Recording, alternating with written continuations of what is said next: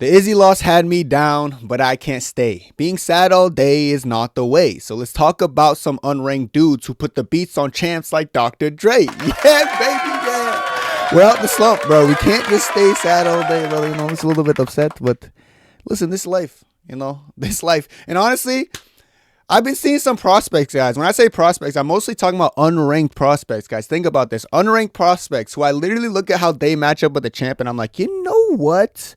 Little bit problem commence, the problem start, the problem start to go, and problem start to and finish. I actually reckon a lot of these guys could actually beat these champs. Like, these are, keep in mind, grown-ass unranked people. They're grown-ass men, bro. They're unranked, a little bit low training, maybe not high record.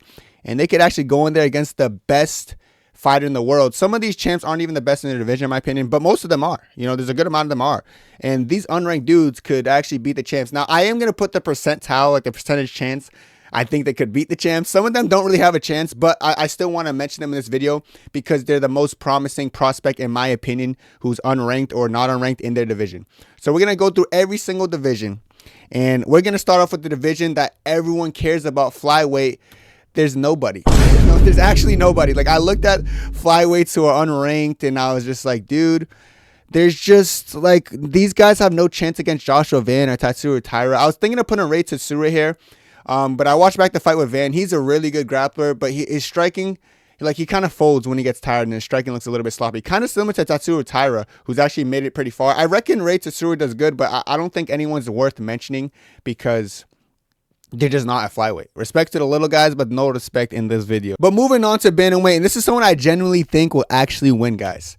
We got Alexandre Topuria. Now, this guy is actually nasty. I want you guys to understand this. He's like Ilya if Ilya was better. Like, dare I say that? Nah, maybe I'm dragging it. But guys, I watch his fights.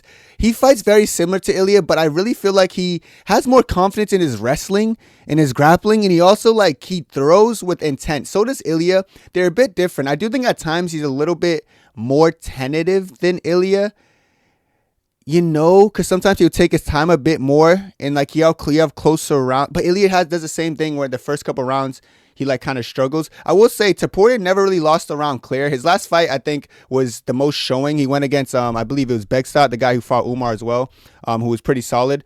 And that guy's known for power, but Topuria is walking through his punches, and Topuria was going to eventually melt him.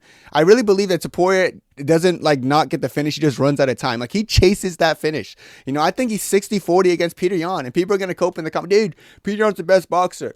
They're two different types of boxers. And I feel like these are the two boxing styles you'll see at the top of the most divisions. You got the high guarder who catches things on his high guard. He'll take some shots, especially shots that slip through the high guard, whether they're hooks and stuff. But he'll try to fire back with the straight punches. And then there's the Topurias. We've been seeing a lot of these guys, bro. The Lorraine Douglases, the Topuria fight style. Like, everyone's kind of high guarding. Kevin Vallejos does it a bit. They high guard, and, like, they're not high guarding like Peter Yan to cover up. They're high guarding to, like, almost like pursue with forward pressure, and then when they throw with intent. Yan doesn't really box like he wants to kill somebody. Like, I feel like this boxing style, like the Poirier brothers made, like, very popular, they box to kill. Like, every single swing looks like they're trying to end someone's life. Now, I've seen Yan get hit pretty well by Sugar Sean. I think he ate those shots pretty well. I seen Topuria get hit pretty hard by Begzar, who hits like a truck, and he took those shots pretty well. I think the deciding factor here is going to be the significant strikes landed. Topuria does not fatigue either, so I'm not going to be worried about Topuria fatiguing against Peter Yan in a 5-round fight. So the fact that I feel like significant strikes will win the fight, I reckon that Topuria is just going to have the more significant strikes. And then when the grappling is mixed up, I do think Topuria is a better grappler. Yan's good at, like, tripping people. Yan's not great at control or, like, crazy, takedowns. He just really slick with his trips, whereas I feel like Topuria is actually good with, like, his wrestling and, like, how strong he is physically. When he gets on top of you, he's not going to just be complacent. He's going to try to chase a ground and pound. Even though that means you get up, he's okay with you getting up, because guess what? Once you get up again, you're right back to where he wants you. I think he's going to knock out Peter Yan if they fight, because it's going to be a very competitive fight. I said the only losable fight for him is Umar, in my opinion, and even then, that's not an easy fight. Guys, as a Umar, you guys know how much I love Umar. This guy, I think he's best in the world. But guys, I don't want this fight. This fight's scary. I gotta be transparent. This fight's fucking scary, bro. I'm done. Even if I like fighters, bro, that Adesanya last time me, I think feeling different, dude. I will just be honest, I'll be honest. for now on. Let me just say that. I'm not going to get too in deep into, it's not an Adesanya video, but I will say that, let me not get into it. But, okay. I'll mention this because it's in my head. I have to let it out. Guys, my first breakdown video of when I picked per Pyfer and stuff, and I broke that down, I believed after I recorded that video that Pyfer was going to win, and then I made a switch after that video. You know, just letting people know. But anyways, that's neither here or there. Back to this. Yeah, this fight, I'll be real. Honestly, off the top of my head right now, I think stylistically, I might even think of favoring someone like Topuria, because I have seen like Umar fatigue a bit, and like when he fatigues, his body language starts to like diminish a bit, which brings his hands lower, which sometimes inadvertently raises his chin, and I could see that being problematic against Topuria's fight style as the fight continues, because Topuria has shown that he can go for a high pace and not fatigue. But that being said, I also think it's pretty 50-50. I might, like I said, only reason I could give Topuria maybe a slight edge is the power. I don't know if Umar has a much finishing ability, which makes me think Umar might have to go the distance with him, which is just dangerous, going the distance with someone of that skill and that power. But I do think this guy is arguably the best, if not the best in the division right now, and he's unranked. So there goes how stacked the Bantamweight weight class is, because this division is fucking nasty. There's a lot of these guys, but I will say that Topuria is someone who will beat the champion, who's not even a ranked person. He's one of the best prospects in the UFC today. Moving on from Bantamweight, we got Featherweight. Jose Delgado, 11-2, but I really feel like he's not, like, he didn't lose to Nathaniel Wood, and I don't think he's lost a fight in the UFC. You know, I think him versus Volk is 30-70. I give him the 30%, Volk the 70. I do think the more I watch him, the higher that's going to go. Like, he had that great fight with Philly where he got caught in the first round, recovered well, won the second round, and then he won the third round. He's very dynamic, and he uses his range and length very well. I think he's so good. I think he's top 5 skilled regardless. He smokes Yair, who's number 4. I think he could beat Gene Silva, who's number 6, by the way, for some reason. Everyone should be ahead of Yair. Okay. I'm not trying to even fucking do this to hate on Yair. I don't know why Yair is number 4. Him versus Aljo will be interesting because Philly was able to score some takedowns. Didn't really control him. It's hard to control Delgado, but you could score on him.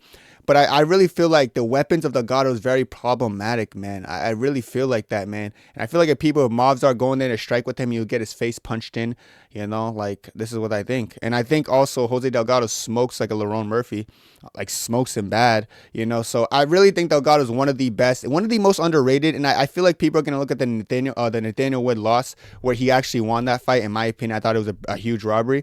I think they're going to look at that and they're going to undermine how skilled this guy really is. But I really think he's a future champion. I do. He's still young. He's a future champion, you know, as well as the fact that he's actually talented. He knows how to use his range. I love lanky fighters who could use their range. Delgado's one of them. So Delgado's on my like glazed list, brother. He's one of my favorites, and he's one of those people who I know is already the best in the division, or one of the best. I don't know if he could beat Volk right now. He would need a really good game plan to beat Volk. You know, both him and Volk have good movement, but Volk's fight IQ and experience might give him the edge for now. But Volk's also getting older, so who knows? But I will lean Volk now, but I do think he's a future champion. You know, by the time Volk's out, I bet it'll be like Gene Silva champion, maybe something like that. Or Mavzar, you know, Mavzar starts fighting like Mavzar, then he'll be champion. But I really think he could beat any of those guys, especially if Mavzar goes in with a bad game plan. Mavzar with a good game plan should get it done over Delgado, but if he fights him like he fights Lerone Murphy, may God have mercy on your soul. But I do think Delgado's the best prospect in the featherweight weight class, and I do think he's top 5 skilled no matter what anyone says, and he will continue to win his fights. And I just remember, I was on this Glaze train before he was champion. Me, brother, look at me, handsome, good look guy, strong. I was here. You can hop on now. I'm giving you a chance, you know. You can hop on. We could talk a little bit or not. Do what you want to do. But I do think Delgado is that guy at featherweight. I could have put Lorraine Douglas, but I think he beats Lorraine Douglas. I thought about that. I was actually going to put Lorraine Douglas when I was making this video, but I was like, you know what? Delgado does beat Douglas. That guy was good, but I know he does have killer instinct. He kind of let him off the Julian Erosa off the hook in this fight, but I really feel like Delgado just moves too well. He's too sharp, too lanky. He can get caught. Delgado has shown he can get caught early. So maybe Douglas could get him out of there. But I do think Douglas' length, low kicks, and just overall skills would be too much for that Douglas dude, who is, like, in my opinion, still also top 6 caliber. So we'll have to see how between them two. But I do think I'm going to give the edge to Delgado. Moving on from featherweight, though, we got welterweight Jacoby Smith, 12-0, 40-60 against Islam. Now that's pretty close for Islam, eh? That's pretty badass, guys. He's skill for skill top 2 in this division. I just need to see more. I think him and Islam are the most well-rounded in this division. I think he has more knockout power than Islam and also good striking. I think skill for skill, Islam striking might be a bit better, better with his fight IQ. But I do think skill, power, like his striking has the significant advantage over Islam. I think the wrestling are pretty similar. Maybe freestyle wrestling is going to favor Jacoby Smith, of course, because of his experience. But MMA wrestling is different with the cage and everything. So, I think Islam's just better at mixing up maybe. But I really think Islam still has an advantage here because of championship experience. And I need to see more of him. If they're going to fight in a 5-round fight, you're not going to go in there and just wipe out Islam. So how are you in 5-round fight? He looks good, but he never, he always gets the finish. And he doesn't really slow down. I will say that. For his, muscle size, you would think after the first he's beat. But no, from what I've seen, he has pretty good endurance. But I don't know how that hold up in a 5-round fight against, an Islam Makhachev. So that's why I think Islam Makhachev would beat him. But skill for skill, guys, I look at Jack Della Maddalena. I think he beats Jack Della Maddalena. I really do. I can see Jack Della Maddalena getting out muscled by Jacoby Smith. I think Michael Morales' size, it could be beneficial, but I don't think it's going to be enough skill for skill to do anything. He could get caught. Michael Morales with his chin in the air can get caught by Jacoby Smith and put out cold. And can get wrestled by Jacoby Smith. Things of that nature. So, even Ian Gary, he's lanky, but I've seen him, almost crawl away from Carlos Prates and shit. But it's interesting. But I really think skill for skill, he's top 2, guys. He's very well rounded, and he's not in a rush to the championship. I see he wants to keep building himself up and get more fight experience, and I think that's the right thing to do. But I think Jacoby Smith, I've been saying it for a while, 12-0. This guy is the future. Keep your eye on him, guys. I've been saying that since I saw him in Dana White Contender Series. People think I was joking, but now they're gonna know, brother. All my life, I believe this guy's strong, good looking, and good. He's a good guy, so I reckon he's going to be someone to look out for, guys. So keep your eye on him and just understand I've been on Glaze Train all my life. This is not new for me. And before he's champion, I can say I've been here for a long time. Once Islam's out of here, retired, I reckon it's going to be Jacoby Smith who's going to be champion at the 170 pound weight class. Moving on from welterweight, though, because I really feel like Jacoby Smith's that guy. We're going to go to middleweight. Not middleweight. Why is lightweight? Hold on. I just realized I just went from welterweight to lightweight. You guys just ignore that. Just ignore that. But lightweight. Yeah, lightweight, man. We got Quillen Sakilid, 11-1, 5 to 95% chance against Topuria. Yeah, I just feel like he has no chance against Topuria. If you want me to be honest, he has no chance against Topuria. But, he's not bad. I think he's top 5 caliber because I think he could beat BSD and Paddy. He definitely beats Paddy. BSD is more interesting to see how you react to how wild BSD is. But I also think BSD is pretty beatable. So I do think Quillen will get it done against him. He's 11-1, pretty well-rounded. I think Quillen Sakilid is the guy to be top 5. I don't think he's ranked yet, but he really should be very soon. He's not really fighting anyone crazy meaningful yet, but he is getting good finishes. He only has good striking as well as good grappling, which means he's just well-rounded for the weight class, which is something the weight class needs because you have people like Justin Gaethje who's leaving soon, Charles leaving soon. I think he even does well against Justin, man. It just depends what stylistic matchups, are put in front of him. Of course, Topuria doesn't have much of a chance because his striking is just not good enough for Topuria, and his wrestling isn't either. But, at first I was kind of had a pessimistic outlook on his career. I didn't think he was all that. He's being overhyped after the Nasrat fight. I thought he just got caught. He caught Nasrat, but he's actually pretty game, dude. He's pretty good. He has power. He has grappling. He's quick. He's good fight IQ. This guy's good, and I think he believes he's good, so that's a good thing. I feel like he's gonna have a time where he finally runs into someone a little bit maybe more skilled than him. But as far as some people I can handpick from the top 5 and the top 6, 7 around that area, nigga said 6, 7. He could beat them, I do think Quillen, mustache guy, he look a little bit handsome, a little ugly in my opinion, but it depends how you feel. I think he beats a lot of people, so I will say for lightweight, he's that guy. I don't know why I went from welterweight to lightweight, but I'm pretty sure we're going to go to middleweight now. We got Yusri Belgari, 10-3, 0 chance against Hamzat. I'm just being honest. I don't think yet. I just think his build is horrible for Hamzat. Usually his build's good for stuffing takedowns, guys, but not stuffing takedowns against someone who's very well-rounded and just very impressive. I just don't see that happening for Hamzat. Yeah, he could stuff takedowns against people who are a little bit more green in the grappling. What he did at Bekov was very impressive to me, though, honestly. I feel like he stuffed takedowns well. Abdul Malik's no walk in the park. He made it look easy. I think Imavov struggles. I actually think I would favor Yusri against Mavov. So he's definitely top 5 skilled, dude. DDP maybe will bring a side out of him that makes him fight, and he might lose to DDP.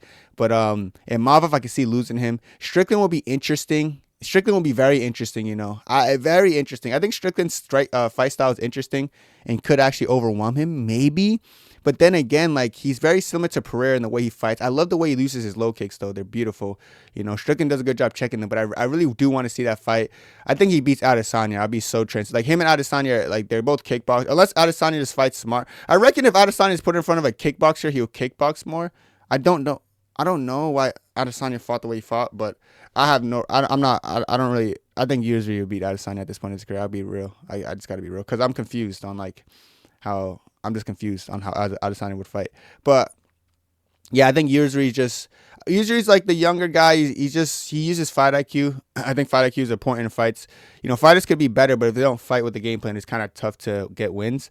I think Yuri knows how to fight to his game plan. He always breaks the base first before he starts boxing, which was beautiful to see in his fight against Abdul Malik, who's not even bad, but I did know Belgori was going to beat him, and I was kind of surprised about how easy he made it look. I thought he was going to beat him, but Abdul Malik might have like maybe get around. He damn near killed him every single round. Just very smart the way he picked his shots. The guy is great, man. I really do like Yuri. He's definitely on my hype list, brother, on my glaze list for sure. Like he's good, guys. He breaks the foundation, then he attacks. He doesn't have the power of Pereira, but he has like the reactivity sometimes in his head movement. You can see it, and he's sparring with Pereira all day, guys. Like you can tell he's not bad. Like you can't spar with the one in a heavyweight Pereira at that, dude. He's gonna be problematic for anybody, bro. Especially if you don't know grappling. Good luck. Someone like Fluffy would actually lose to him as well, in my opinion. Maybe because Fluffy's like takedowns are so fundamentally sound, and it's just harder to do that against a wicked lanky guy who's like gonna be posting with his arm while you're already on the like. It's gonna be you just when you wrestle and grapple a lanky guy who knows how to defend, you're gonna understand why it's so hard to take down a Yuri who's 6'6", guys. Like as someone who's 6'4", 6'6" is tall as shit. People think 6'4" is tall, brother. No, there's a lot of 6'4" people in the world. Once you start getting to 6'6", little bit problems start to commence, and he just uses his range really well. So. I love his low kick too. It's just like Pereira. He like hides it. It looks obvious, but it's so well hidden. It's like he doesn't fully turn his hip as well. Very similar to Pereira, but I do think Yuri is one of the best middleweights on the planet, and he beats everyone aside from Hamza. Arguably, you could argue it, but Hamza, I don't think there's an argument for it just because he's a little bit too lanky. He's probably gonna get caught in a submission after he gets taken down. Moving on from middleweight though, let's go light heavyweight. Abdul Yakhayev, 8-0. He's fighting this weekend against Ribeiro, I believe. I have to make my card predictions on that soon. I think he's going to smoke Ribeiro, but I do think I'm going to say 50-50 as far as the winner of Yuri Uberg. I think Uberg's an easier stylistic matchup for him. I think Yuri could probably be beating Yuri, but if he has a bad gas tank, I haven't really seen much of him going past the first round yet.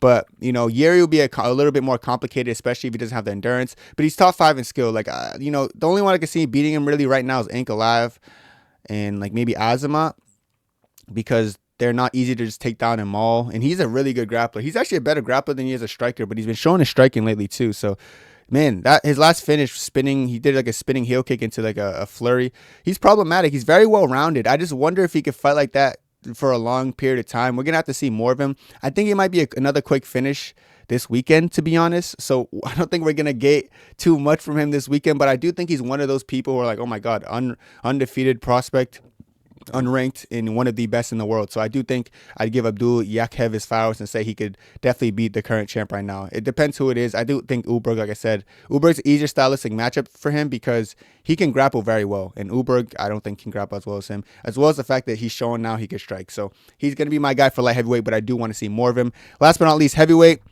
I'm going to go Josh Hawkins, who's also 8-0. I think it's 50-50 depending who wins between Gane and Pereira because, of course, he's a primary wrestler. Crazy. He has good endurance from what I've seen. And he's top 3 skilled, and I do think he's going to smoke Blades soon. Like, they're big to fight already. I think people think that fight's going to be closer than it is. I reckon Hawkins kind of goes in there and, like, outstrikes him and takes him down and mauls him. We've seen Blades versus Almeida. Like, Blades kind of got mauled before he got that finish, which was a little bit fluky looking. I do think Hawkins has pretty good boxing. His hands are pretty quick. He's a lot faster than heavyweights. He moves a lot better than heavyweights. Heavyweights are just slob nowadays. That's the truth, man. They're just slobs. Hawkins is not. I hate his gimmick. It's a bit corny. I see him trying to sell stuff. I get the angle, but it's a bit corny to me, and it's cringe. But I can't deny the guy's skilled. He's well-rounded. He looks quick. He's just better than most heavyweights. I think he's top 3 in the heavyweight division already. He is ranked. There's not. I don't even know any unranked heavyweight who's going to be a problem for anyone because ranked heavyweights are already slobs. Imagine the unranked ones. But I will say Hawkins is better than a lot of people. Remember what happened to Shamil? You guys remember Shamil was like that guy at a point? Yeah, Hawkins runs through him too. Yeah, Josh is just better than 99% of heavyweights. I can't lie. Despite how I feel about this guy, he's not bad. So I think him versus Gon will be interesting because I know Gon's like sus takedown defense. It looked a little bit better against Tom Aspinall, but Tom Aspinall is also not that great of a wrestler, like I've been saying. You kind of got to establish some kind of striking threat against Gon, but I do think Gon's a little bit more slippery than Pereira. Pereira might get just sized and muscle mogged at a heavier weight class by Hawkage, so we have to see with that. I do think Pereira's an easier fight for Hawkage, but if it is Gon, it's winnable. But maybe I'd favor Gon. But I think honestly against Pereira versus Hawkage, I might favor Hawkage over that guy because I do think Hawkage has some decent straight punches that will go straight into takedowns. And once he takes down Pereira, I think it's just going to be a different world, especially when a heavyweight's on you, not just Adesanya at 185 on you. It's just a heavyweight. So I reckon that'll be different. But these are prospects that I think, brother, who be champion or beat these champions currently, guys, at their state now. Most of these guys are just going to keep improving. But some of these guys could already have a good shot against them. But I do think Jose Delgado is one of the sleepers in this video that people are going to not look at until he's already at the championship fight. But let me know what you guys think down below. That's it from me. God bless. 2, 3, 4.